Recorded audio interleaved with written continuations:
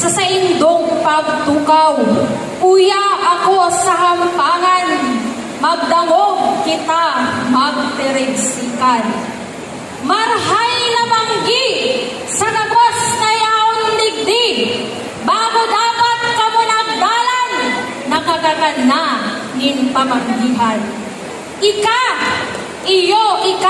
kiplitaan kataid sa wala, madyapo nan tana ang mga pataratara.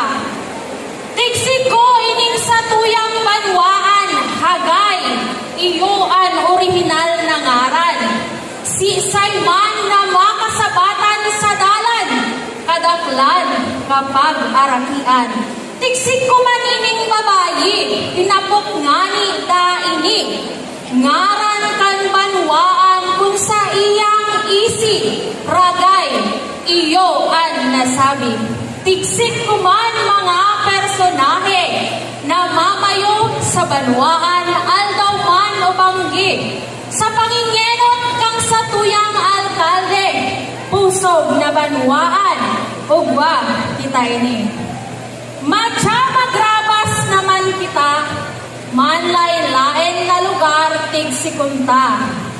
Nagkakapiranganing kuweba, tiba adigdi, gumayon ang boses ta.